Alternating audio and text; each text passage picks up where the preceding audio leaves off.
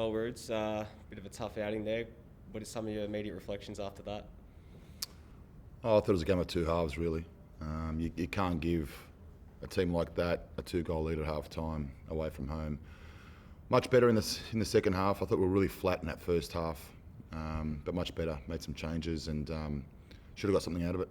What did you make of really the flatness in the first half? Was it personnel? Was it just energy? What would you put that down to? All of that, yeah. I just thought we were flat. And I did keep the majority of the players on that started the last game. Yeah, it was just flat. Given the personnel and the circumstances as to how there was a disparity between the first and second half, I guess the predominant question with respect to you going forward is, what do you want this team to be, essentially? Yeah, what I want it to be and what we are right now are two completely different questions. I've only been here 3.5 weeks, and we've had a lot of games, and I'm still analysing and assessing everybody. But our style of play is, and what I said is, we want to play direct, we want to play a controlled type of football, and we want to, stop the opposition from playing. Particularly in those transition moments. And I thought that was much better. What I want us to be was what we saw in the second half. Well, Rami and Stephen in particular, they were two of the guys who really gave you a lot more energy in the second half. Just some comments on their performances today? Yeah, they were good. Like I said, we needed to do something. I certainly needed to do something. And they were good, but we moved the ball a lot quicker. We broke their lines a lot quicker. We knew that the whole game plan was to try and move their front two around and break that first line. But like I said, it was just two moments that we've worked on that shouldn't have happened because they know what their roles were. And two individual errors, cost us. Playing an offside trap when there's no pressure on the ball is suicidal, and we talk about that as well. So again, we need to keep improving, need to keep working at it, but much better in the second half because we moved the ball around, moved it quicker, we broke lines quicker as well, and like I said, a lot more energy. The game did teeter for significant portions of that second half, but looking at the defensive end, what were your thoughts on Philip Chanchat's performance? He's come into a bit of scope increased under you. Philip's still a very young kid and learning his trade, and there are again moments that he needs to be exposed to these kind of games in order for him to make those mistakes and learn from them and get better.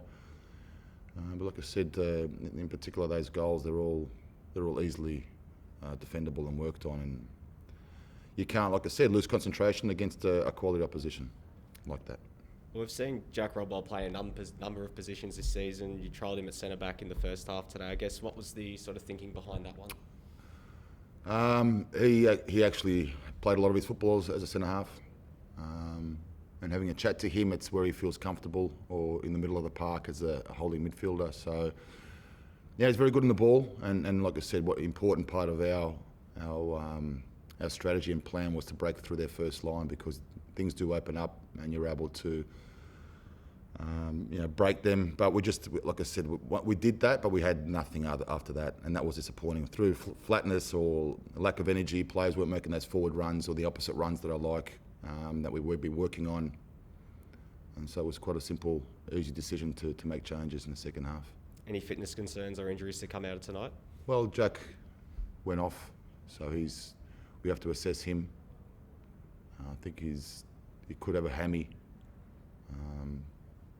but it's still too early. I haven't even checked with the medical staff post-game yet.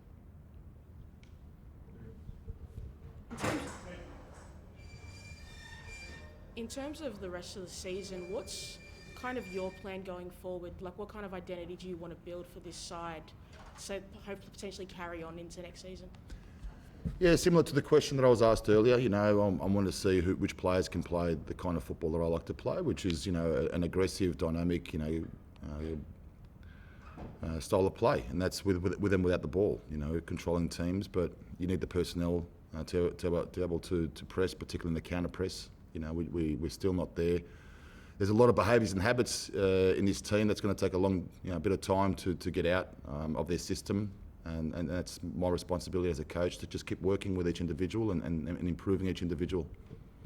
Well, Rich, just last one from me. I mean, coming back to Melbourne for the first time as a coach, obviously, 2 years at Western United, I guess, how was the occasion for yourself? Was it, emotional? How did you feel for yourself coming back? I'm not that kind of guy, I don't get caught up in that kind of thing. The sentimental stuff has never really bothered me. It was, at the end of the day, I've got a job to do, and my job now is to improve this Western Sydney Wanderers side. And I had a great time personally in Melbourne, and really loved the city. It was good to be back at Amy Park and see some familiar surroundings. But other than that, it was just work as usual and business as usual for myself. So.